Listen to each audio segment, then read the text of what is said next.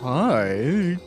Yeah, we're gonna get a little graphical glitching. Good. Okay, I've had to plug in my controller because it wasn't charged, and I guess when I connected via Bluetooth, and then I plug it in, it has a different profile for some reason. The buttons are the same, but I guess the computer interprets them as different. Weird, but whatever. I haven't played for a little bit, and I'm publishing this the day that I'm recording it. Because my schedule has not allowed me to do other things. I've also been playing a lot of video games, so you know what it's like. Oh well. The folks of Hearth are back to normal. It feels good to do a good deed, vicarious. I mean, now we just need the villagers to figure out why the lava stopped in the first place. By the way, the man filled a quest. If you're interested in helping him out, he needs materials to build our ship. Here's the one. It's called Ship-Shaped Skin. The rubbery hides are handy for waterproofing. How clever. Good luck hunting the Gyp Zeros, Doodle. Okay. Really quickly, I probably shouldn't go and hunt a Gyp Zeros with like all level 1 or level 1 defense here. So, I don't know, let's review that. Excuse me. Yeah, I'm in a weird place where I got to finish a big D&D campaign recently, which was pretty cool. But it ended in a really weird way, so I kind of like was creatively just thrown off my block for a moment there.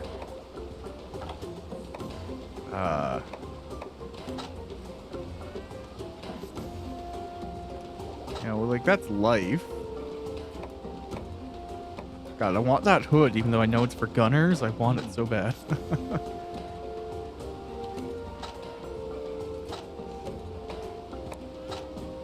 Right? Like, I'm not crazy, right? Like, that's oh no, you can do either. Wait, what? Okay. So it works for either.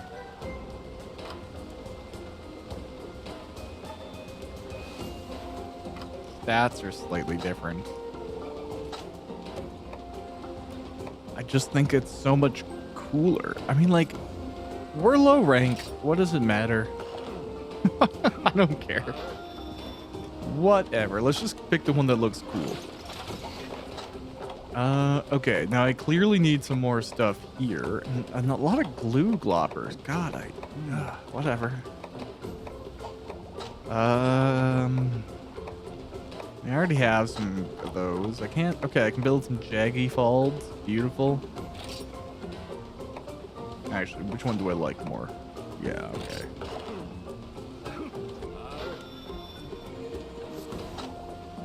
Yeah, there's some perfectionist somewhere who's probably having an aneurysm right now, and that's fine. I'm honestly getting to the point where I think, like, meta and perfection... And even, like, too much duplication of something just because it works is inherently, like, it's just not fun. Okay, so what do we need? What do we want to hunt? To get some stuff to do what we're doing.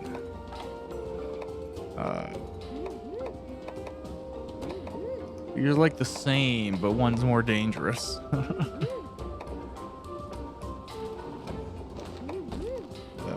Okay, catch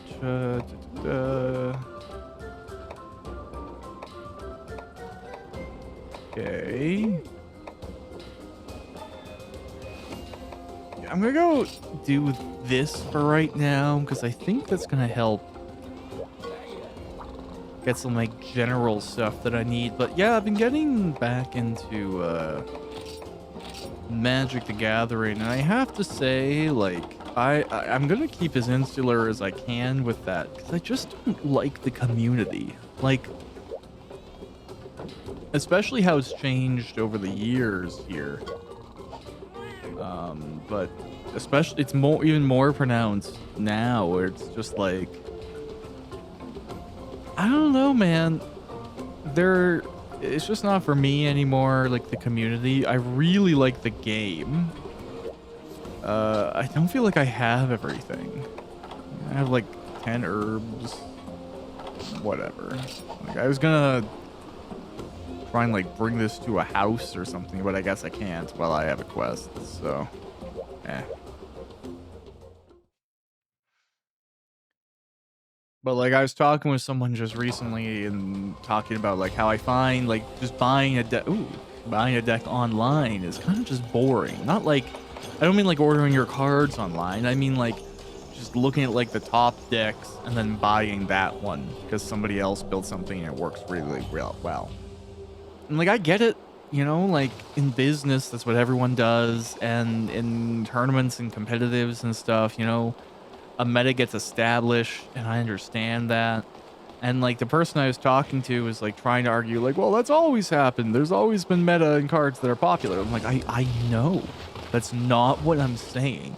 I'm saying that the fact that we do that makes it boring. That like takes the individuality out of the game. That it like, it's just like there's no point. It's a weird way to engage with a hobby. Or honestly, I think it should be considered embarrassing. Like you have to do what everyone else is doing to be successful. You can't find your own path. You can't create a new path. There's only one way to be successful. Like it's such a pigeonholed way to look at, you know, really anything. And then it just dominates everything and, you know, becomes the perspective through which people view the entirety of the hobby. You have the people who create, you know, the games, the movies, the shows, or whatever. They have to start bending to the whims of these random people who just happen to have a dominant voice in that world. And I don't know. There's something about it that just makes it less valuable. Or again, yeah, I would be embarrassed. I would be embarrassed to buy, like, you know, if you play Magic the Gathering right now, like, you know, VV or Natier, and the Izek Cauldron deck is, I guess, what it would be called. Very popular deck, very successful deck. And I understand that you can go buy that and then play the way that it's supposed to be played in ranked, and you can be successful. You can do good. I get that. The person I was talking to was presenting that as if it was some sort of like obvious revelation that undercuts my idea or point that it's like not an engaging way to play the game. It's like, I don't care that something's successful. That's fantastic. Does it mean it's fun? And if someone's version of fun is just buying the thing that does best in the world online and then doing that, what are we actually like doing? You know, like is a game actually being played, or are we just reciting a script?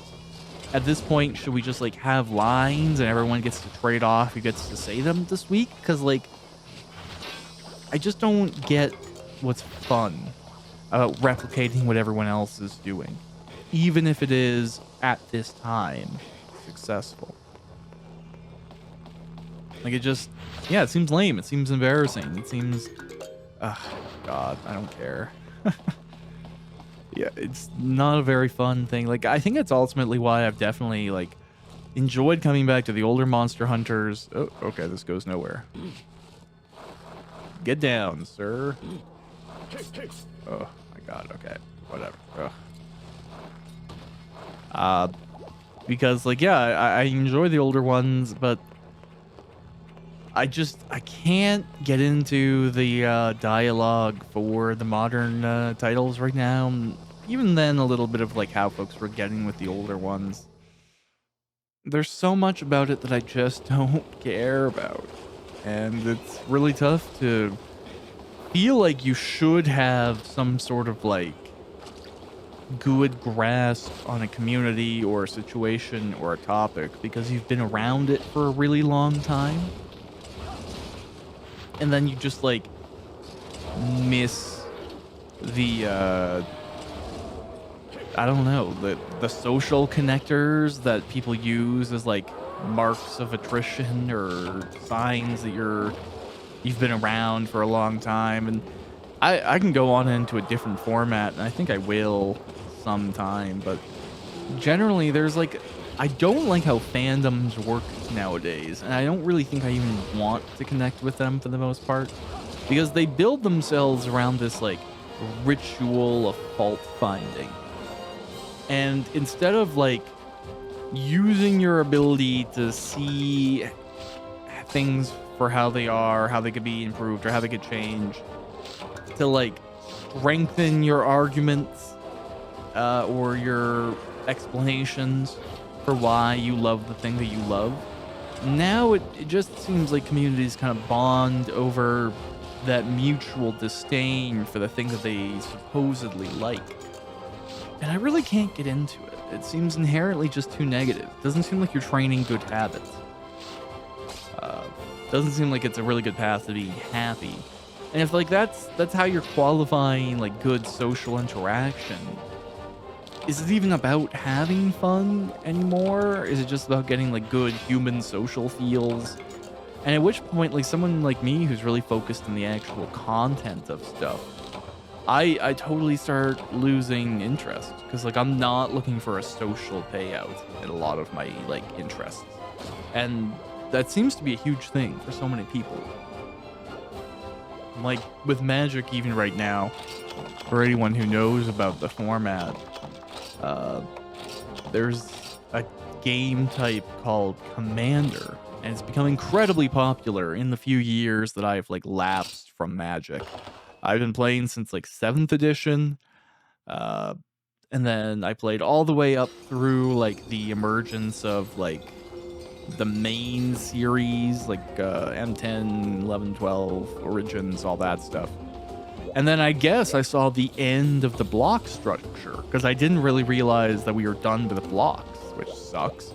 But I remember like seeing the Theros and the like Return to Ravnica blocks and stuff like that.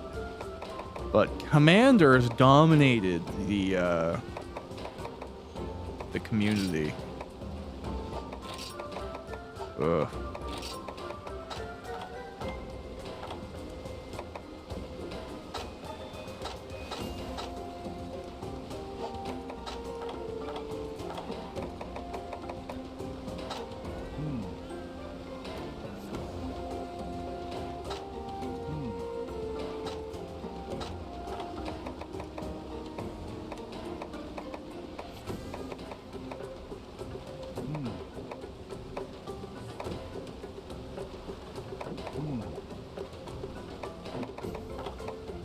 No, I'm sorry, just kind of fashing something. I also, I admit I lost a little bit of what I was intending to talk about.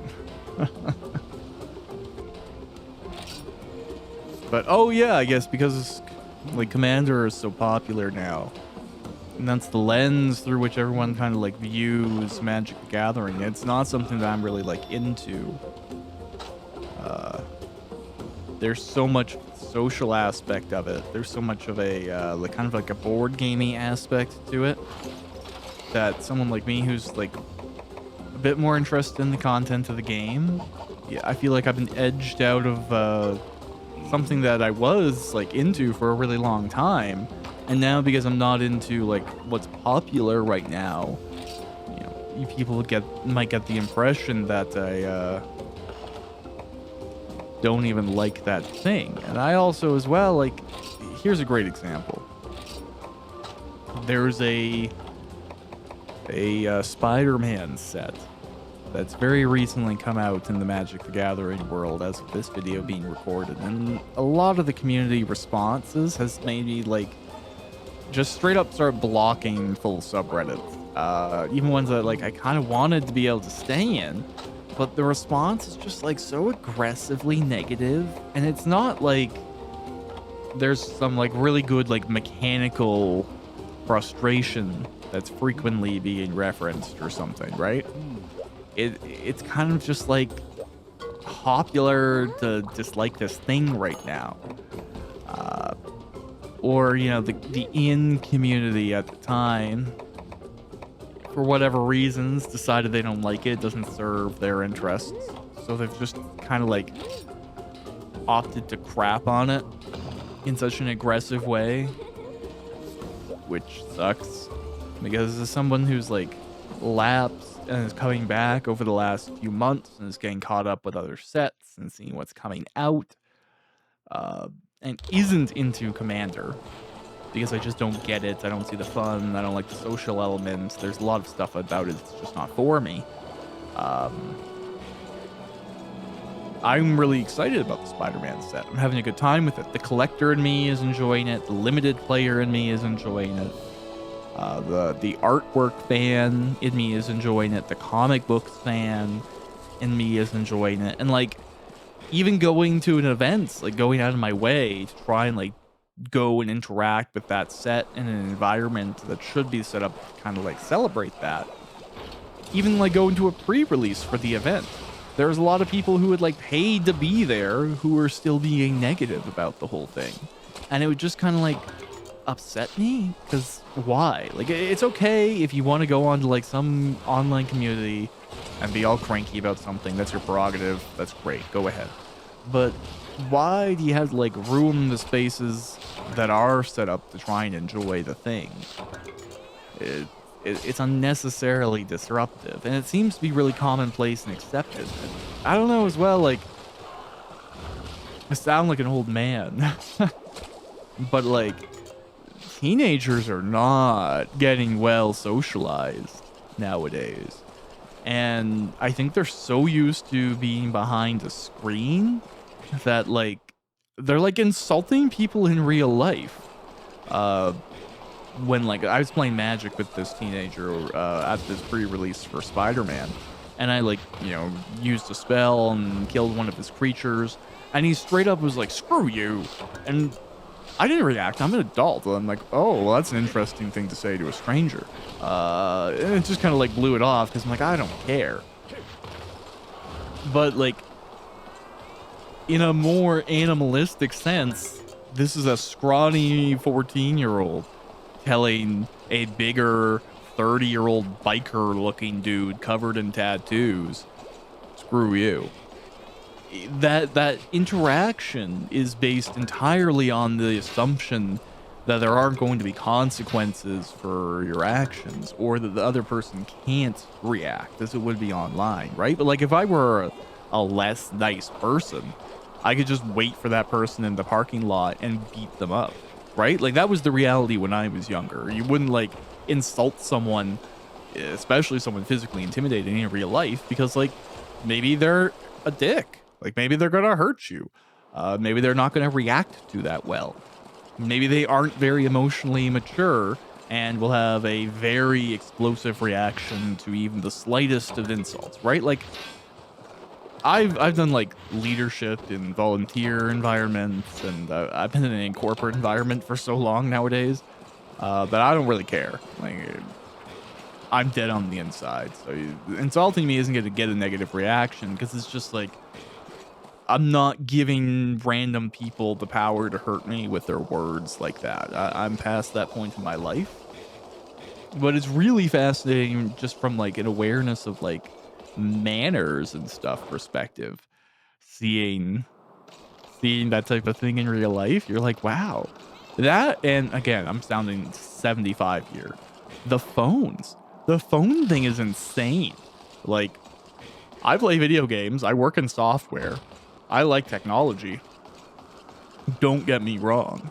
But like, the nose in the phone, the instant there's not stimuli thing that I've been noticing with young folks is like, that's insane. It was really interesting to like witness it in front of me. Like, the second the teenager's turn was done and there was nothing to be said, phone up. Like, you're in the middle of playing a game in a tournament setting with someone. They're like looking at you in the eyes across, and you're like immediately phone up. It's not even like do anything important, right? Like, just like scroll some random shorts or something stupid. Like, it's really, really interesting to me to see that change and how big the generational impact is.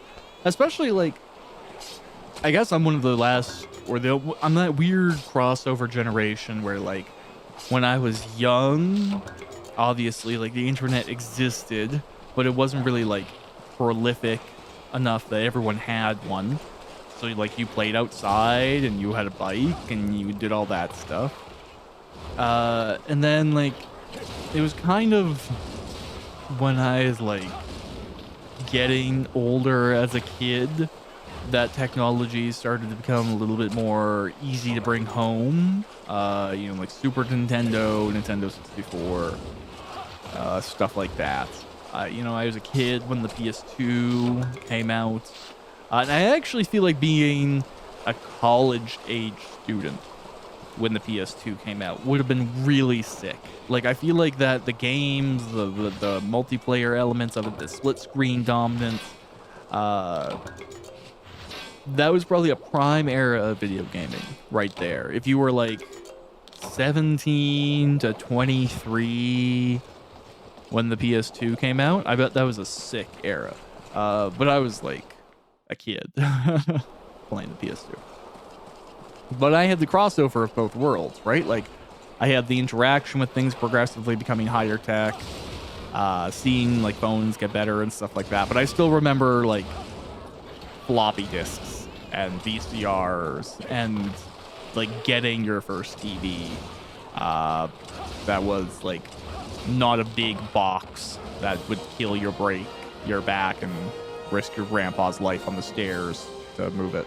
Like, so it's an interesting crossover to see folks who have like grown up entirely with modern technology and don't even have like that basis of like say your pleases and thank yous, hold the doors, carry the groceries and stuff like that. Like people who've grown up entirely digitally, and again, this has been happening forever. Like, right? Like it was like what in Socrates' era, they're like, the kids today have no respect for the elders. Like we've always been saying this. I don't even know if it's about like respecting seniority. Respect me if I deserve to be respected, whatever.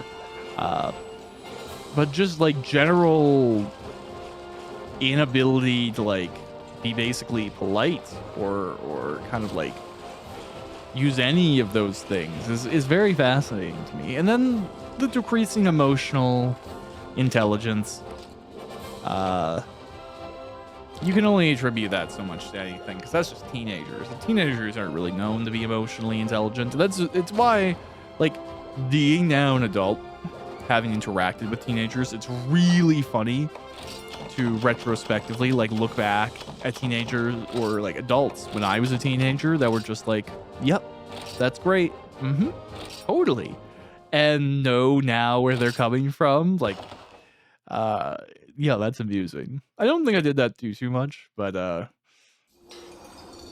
yeah, very amusing. Those Jaggy went down. I'm just trying to build out some more armor here. Again, I don't care what armor it is. Doesn't matter to me. It'll be something.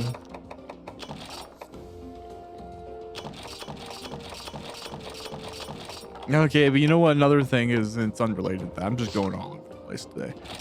With my D&D campaign that recently ended. Oh, okay, cold drink. Whatever. It's a weird situation because, like, I had set up everything in a way that I thought was going to lead to, like, this mega campaign. And it did not go that way. So it was actually kind of like I had a lot of things prepared, like answers to questions or like ways that things could go or like ways that people would want to do something. But I never really kind of like considered the core premise not being accepted. Because generally my party is actually pretty good at like going along with the general flow of the story. Like they inject their flavor into it, but they also tend to give me like the room as an author and creator to like, you know, generally set the foundations of what the story is about, and then in between is where we work together to expand and create and develop. But, you know, that's what it generally was. I don't know why the merchant doesn't have cold drinks. I guess I don't care, actually. So the way that this all ended is like they kind of were given like a challenge from a very powerful entity that had been like alluded to consistently throughout the campaign, and it was like the source ultimately of a blessing. I don't want to waste all of my Mac light on this, if I'm being honest. Whatever. Bone Greaves.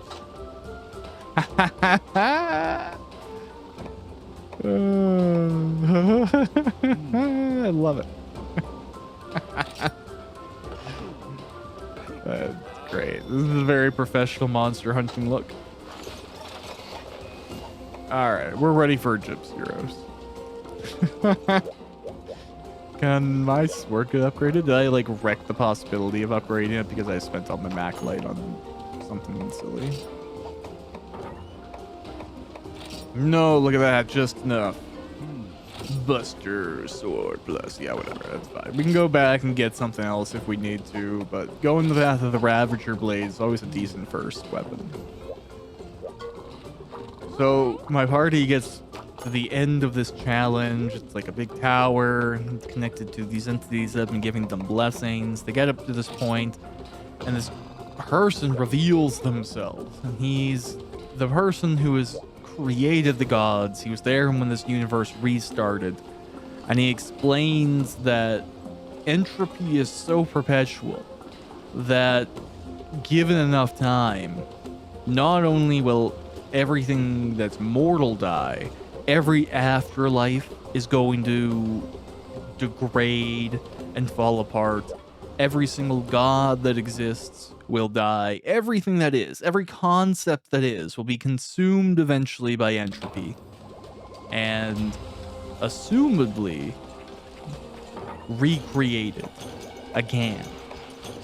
The last time the universe was recreated, this character had to manually do it. It all ended, it was going to black, and then in the last few moments, he recreated a Big Bang and pushed entropy back, literally using the expansion of the universe to push off the inevitability of the encroaching blackness. His quest, after restarting the universe, is to gather from each of the realms worthy champions that will be able to assist him in his ultimate goal, which is defeating death and destroying entropy permanently, removing it from the universe, allowing afterlives to go on forever, gods to exist, every story to ever be told. And I thought that was a pretty cool hook. I thought that was a cool way to continue a campaign across characters. Each campaign is a different set of characters who may become the champions, who will join all the others in this ultimate end state battle, right? But the party, they actually ultimately went, nah, death's okay, and it's totally normal. So, no, you're wrong, you're a coward, we don't agree with this, let's not do it. And the wizard got mad at them and kicked them out. It's just like, not the way I expected that to go at all, but yeah, what a thing. And then like the deathism, I'm not a fan of deathism, which is like justifying death as a natural process instead of an illness that should be solved. You know, there's things like life being temporary is what makes it valuable, which is awful, stupid. You know, there's a lot of things. Being afraid of death is cowardice. It sounds really like a great way to justify away legitimate fear of constant endlessness, especially those who don't have any faith or believe in the consistency of an afterlife. You know, if we stop death, doesn't that make all of the people who have died before now, you know, it doesn't make that make their sacrifices pointless? Maybe, but just because like that might be the case doesn't mean that everybody else needs to be punished. Oh, well, we can cure cancer, but it would actually be wrong because think of all the other people who've had to die from cancer. It wouldn't be fair to them. Stupid logic. Doesn't actually make any sense in reality. And yet, those are the lines of logic that the party used to justify their decision.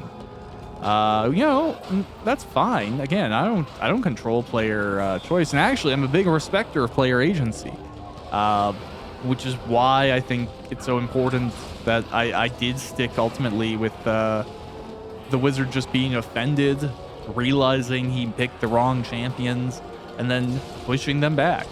I made the call that as they were taken out of this space, they had lost their blessings. And because they had all accepted them, there's obviously very direct access to them. They were also in this creature's lair, and this is an entity that can create gods. So it's not like he's lacking for power.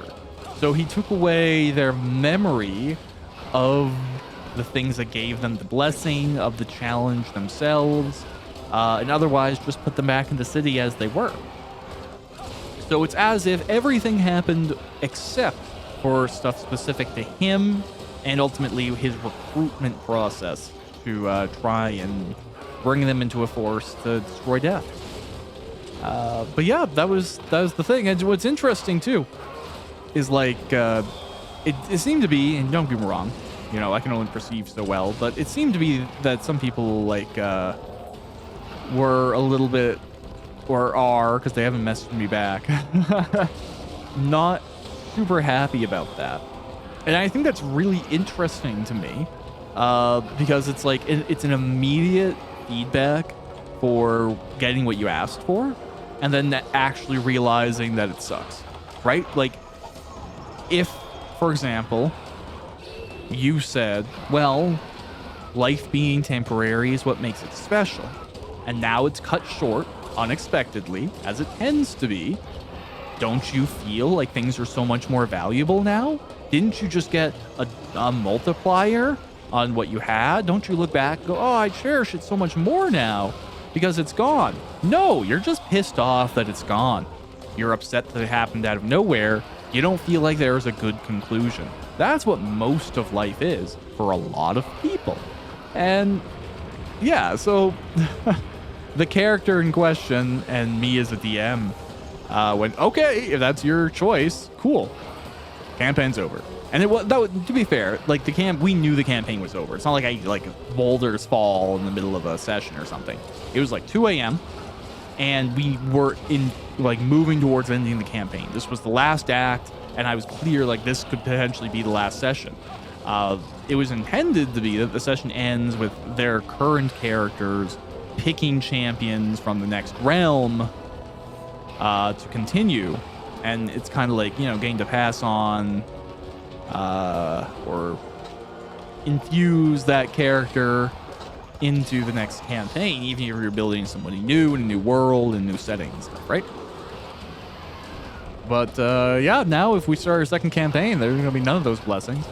And that character that concluded the final act but given them blessings throughout will just wait a few generations. That's a meta explanation for I'm not gonna get them involved again, or I'm not gonna write them into the campaign. But yeah, the meta explanation is the in-universe explanation is that he's people aren't realizing it yet. I came too early in the evolutionary cycle. And people still think death is a good thing. All right, I'll come in a few more years when they get postmodern about it. So that's where he's at. But internally, I cannot understand any justification of death outside of being a Joker type character. Oh, I forgot to paintball again. I'm so awful at old school Monster Hunter. So yeah, I run my choices because I never want to railroad a player. And I will usually only really double down on a path if I feel confident that something else isn't going to get picked. And this was one of those cases where I really thought I was confident that everyone would agree death was bad. Let's stop it. Even in the context of a in-character fantasy religion, right?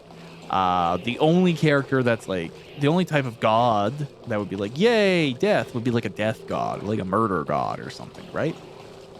Maybe a nature god would be accepting or protective of the existing cycle. But pretty much everyone else would be, for a variety of reasons, I want to continue existing. Non-existence is scary. Let's stop it. Or another like everyone deserves to be protected, you know, whatever. So definitely not the outcome I foresaw from my party. Oh well. It's interesting too, like one of my some folks were like going through some older stuff and like getting messages like, "Oh, this was here this whole time." And I'm like, "Yep. Yes, it was." It's almost like I am a writer who had a plan and then executed that plan throughout the entire campaign. Cuz like there's very few things that were like there right from the first writing session. A fair chunk was. And this ending was always part of it. The whole campaign was built up in understanding and internal acknowledgement between me, myself, and I. That's where it was heading. Because obviously I'm not going to spoil the party. But the whole thing was there. And like I really try, I guess I'm like, sometimes I'm too narrative, and maybe that's my fault. I tried to show like the ways that a bunch of different entities and factions and groups were having like their fear of death cause their major like moral malfunctions, whether that be like, I don't know, like lasting longer than other species and taking advantage of that fact, you know, in their own fear, doing horribly immoral things to preserve themselves, you know, like that type of thing. A lot of morality that exists because you want to be victorious in the temporary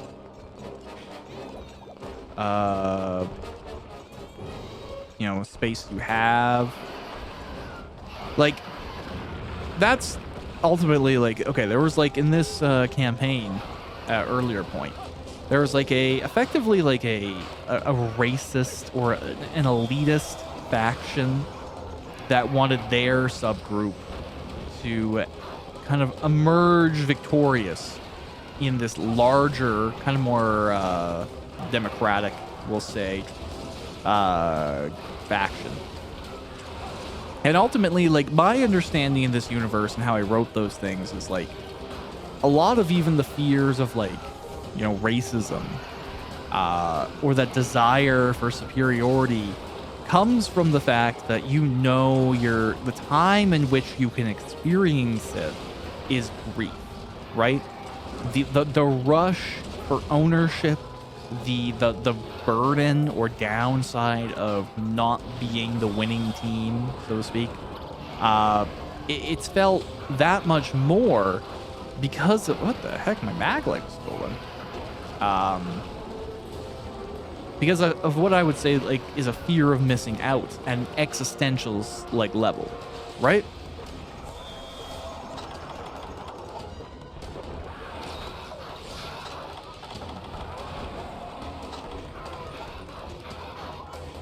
So when you have like this pressure of like my subgroup isn't going to be successful in my lifetime and I'm going to live my whole life as the loser, that makes death this like this rush to succeed, this need to do whatever it takes to have a positive experience while you're around to experience it. And even in a fantasy heaven or a fantasy situation, a heaven doesn't negate that, right? It doesn't like, oh, just because there's an afterlife, I don't want to be successful while I'm alive. I don't think there's any setting where people live entirely for their afterlives but still live a regular life for some reason, right?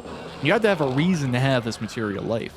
It has to be valuable, even just the ego, the soul, something. Otherwise, why not just wake up or be born and then immediately like go to an afterlife? You know?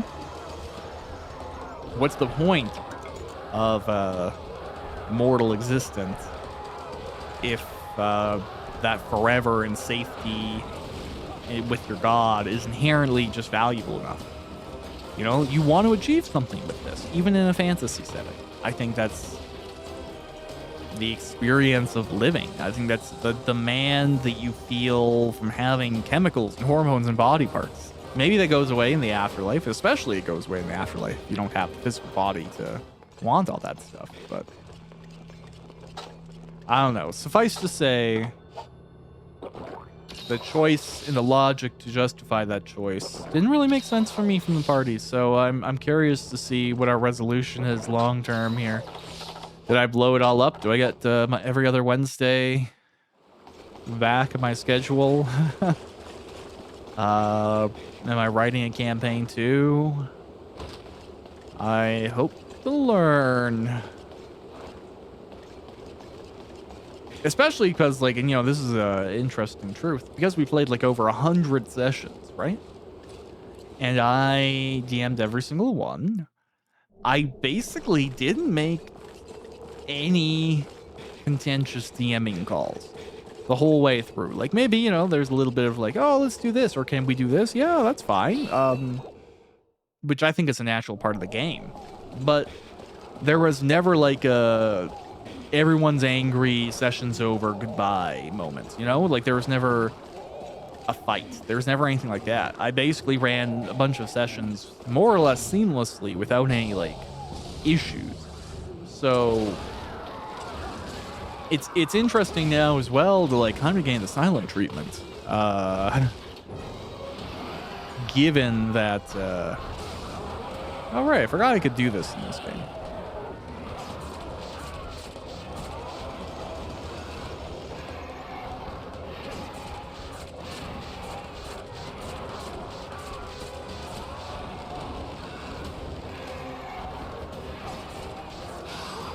Nice.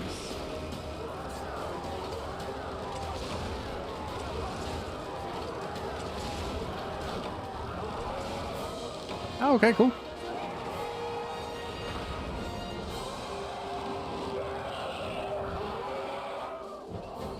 Gosh, yeah, having armor that doesn't just have one defense. The difference is me out here in my little armored leggings. I love it. Ah, well.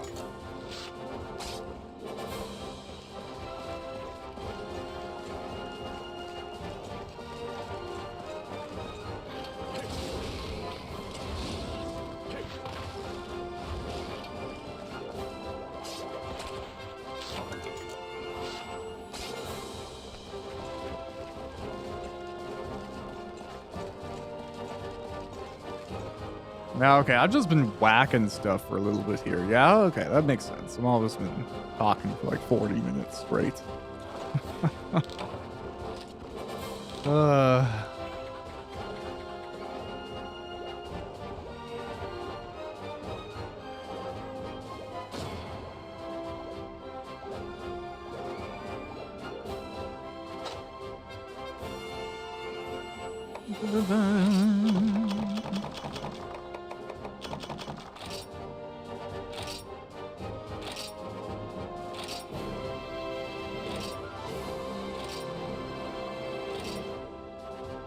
Wow, look at all this positive stuff that we just unlocked. We truly are a success now.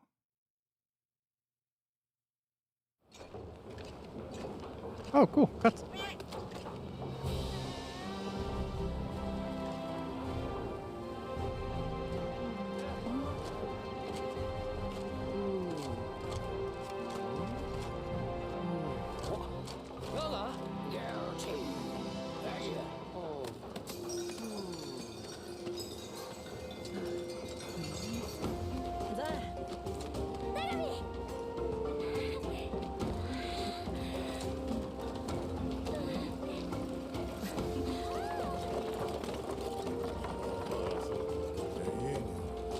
Oh, hey, that guy's in Wilds too.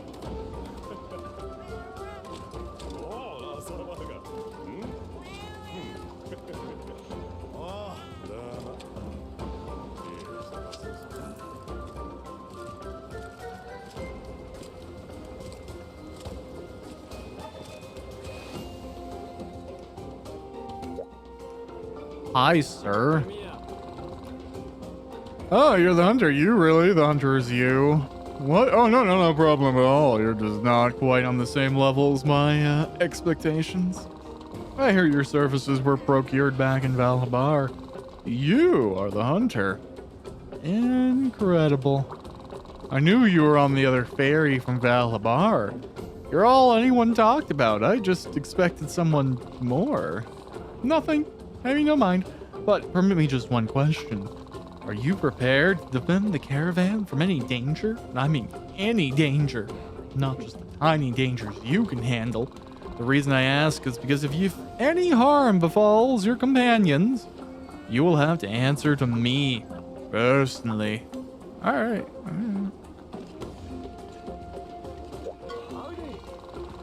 Hey there, Beardy. How much for that thingy there? I don't think I've got enough. How about psycho serums? Can you hook a Mobra up?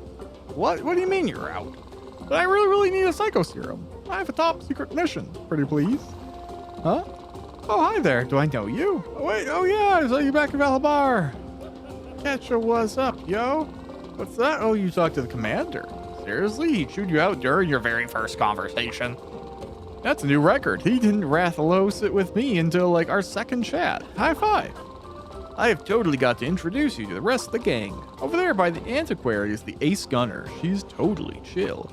That means she makes good split-second decisions. I know she saved my poogies more than once. Woo.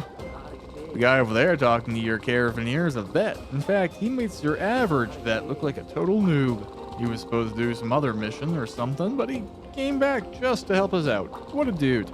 And the scary-looking guy in blue who gave you the blast furnace treatment is the commander. He's not so bad, though. In fact, I look up to him. When I first started out hunting, he took me under his wing. Hey, maybe he yelled at you because he thinks you're pretty okay. Excuse me. That's how it started out with me. Anyway, we're all friends here. Go in peace. Oh, it's fun to work hunting the Gyp Zeros. Now that Gyp Zeros materials are on the market, I can gather what I need. The caravan will soon have a fine ship because of you. You should be proud. Oh, have you spoken with the street cook? Be a favor to ask of you.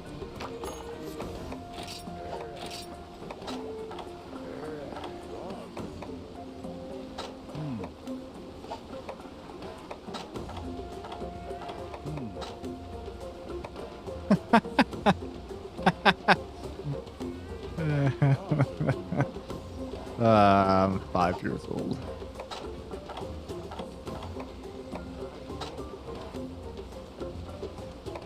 I gotta admit, the Gyp Zero's boots, pretty cool. Pretty cool.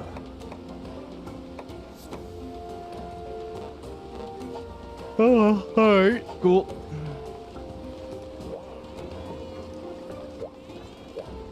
Hey, buddy. Ah, the infamous hunter. I have heard all about you from the caravaneer. Gladdens me he has found a worthy-looking replacement. I, too, am a hunter. My companions and I are called the Ace Hunters.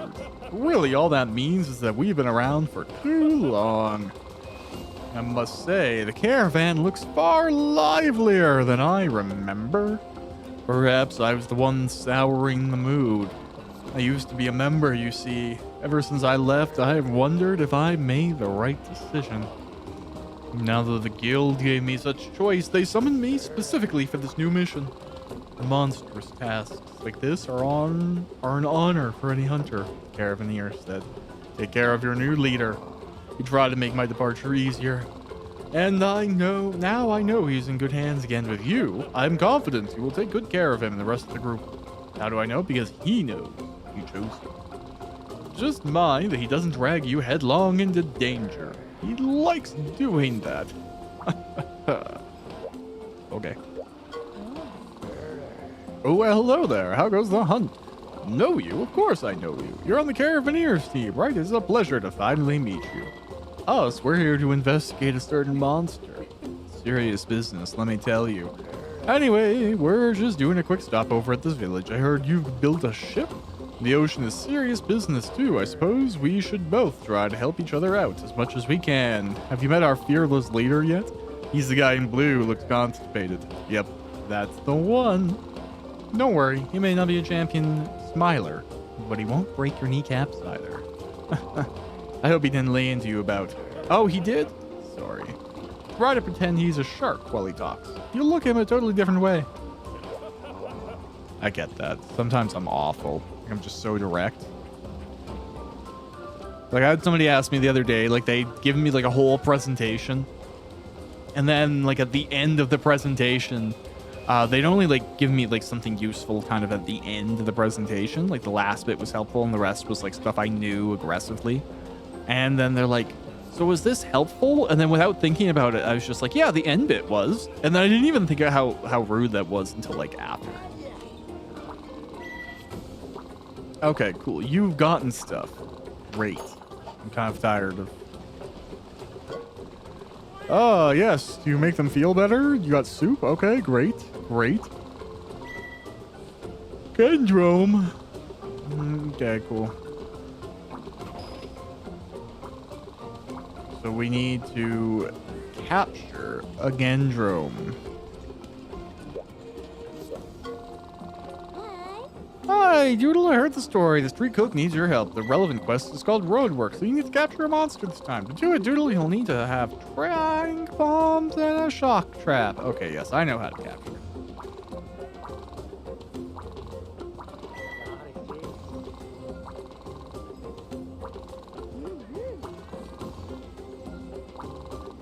Okay.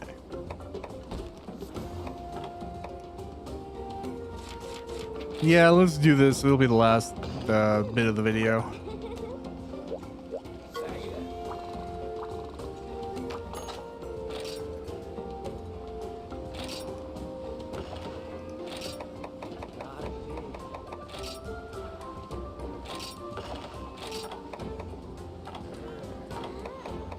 I don't know if this game is going to make me like buy a trap tool, so I'm just going to have one just in case they give me the traps, not the tool. Then I'm stuck there like a fool.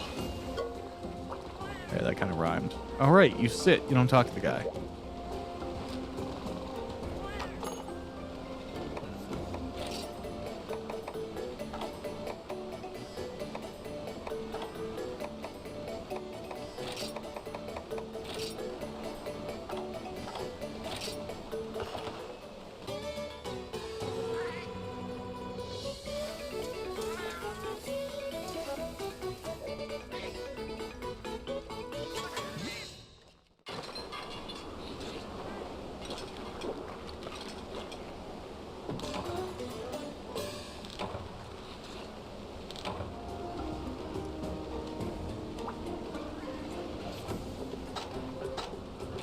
Oh, okay. Random button pressing. Let's go on this quest here.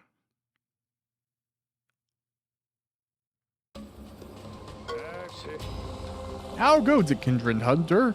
You all set to take on the next challenge? Okay, okay, capture, I get it. You're telling me how to capture. Don't kill it, use the thing, go the thing, do the stuff. Great, love it. Okay, beautiful.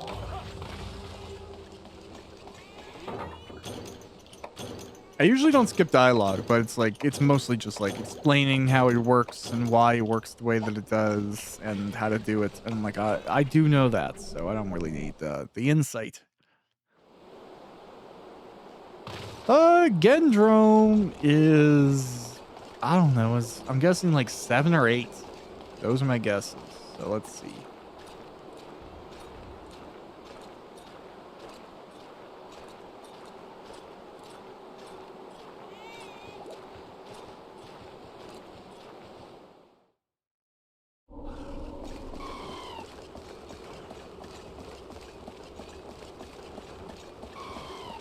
Does not seem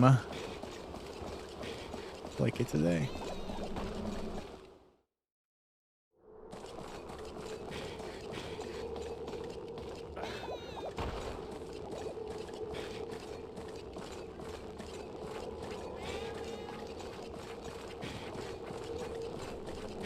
Hey, let's jump down this hole.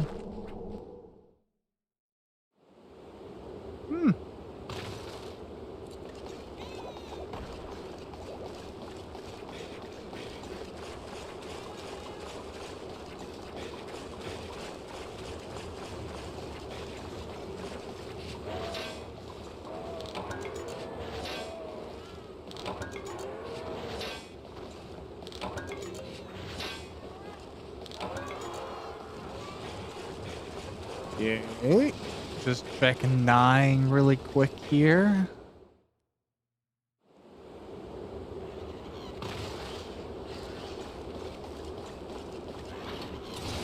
Yeah, these are Gen Prey,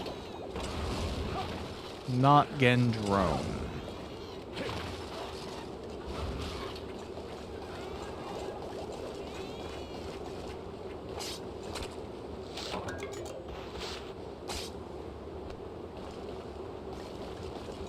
So, well, I guess we keep on climbing.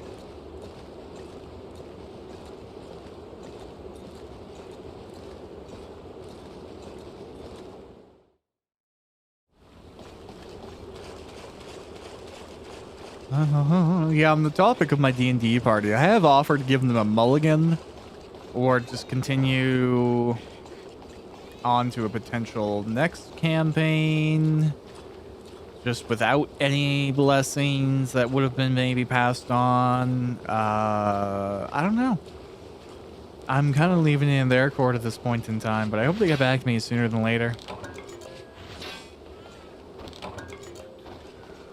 Because I kind of want to use some upcoming time off to do some writing if I'm going to have to prepare for that. If not, then, you know, it's a whole other discussion, but...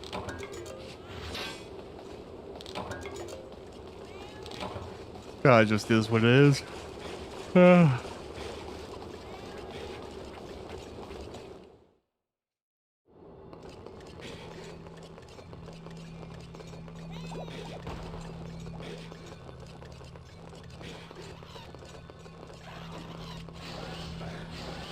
Okay, just again, pray.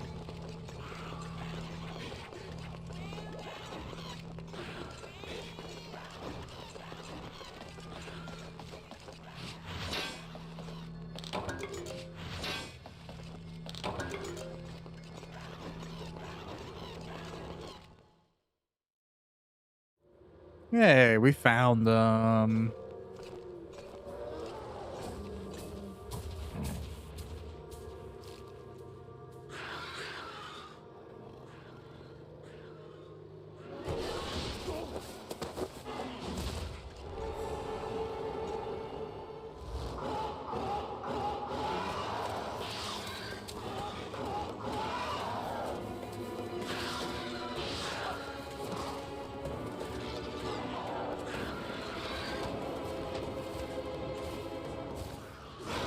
Hey, there we go.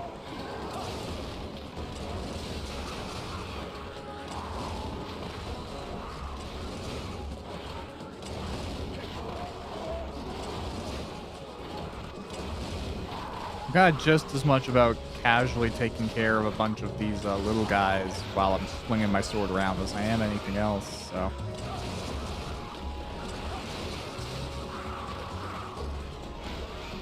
It's always amusing to get some good hit lag. Subquest completed. Or is it just like getting enough of the little ones?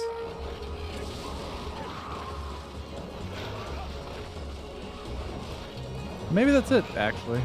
That's my guess. My big concern here will be not overkilling this thing, actually. More than... like giving it some time to breathe. Getting a sense of if it is injured. Especially now that my health isn't as big of a deal right this second. Having some real armor.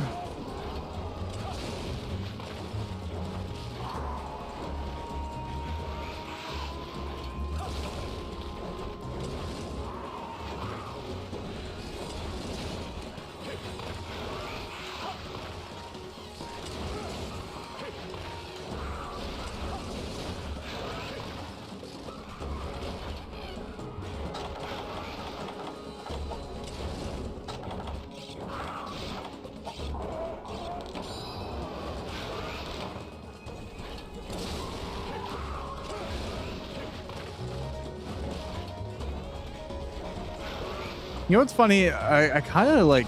I think I go into like a predator state when I'm playing Monster Hunter sometimes. My eyes glaze over.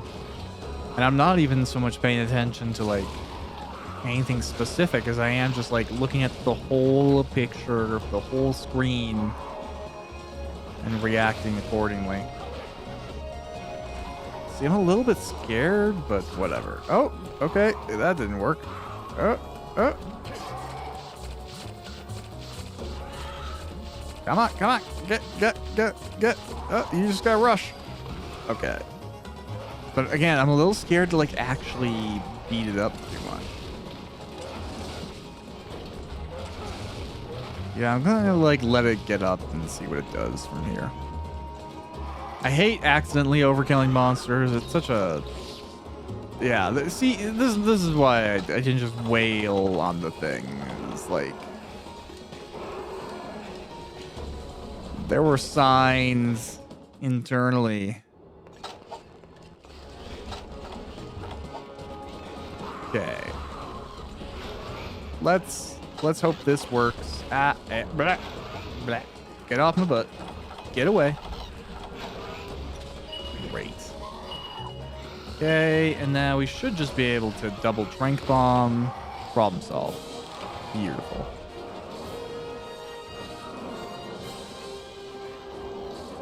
Beautiful.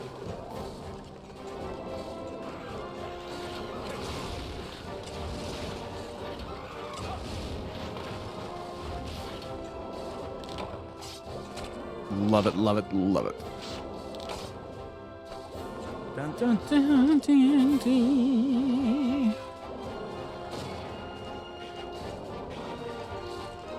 Yeah, I mean, generally, I'd say that's a pretty effective episode of Monster Hunter, man. Like, good chunk of progress made, some stuff's done, made some armor, made some cash, did a little bit of story progress.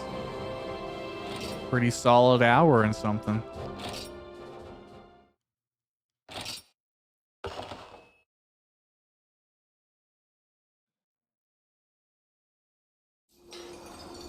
Sick. Yeah, looks like there's some people to talk to, but we'll pick that up next time.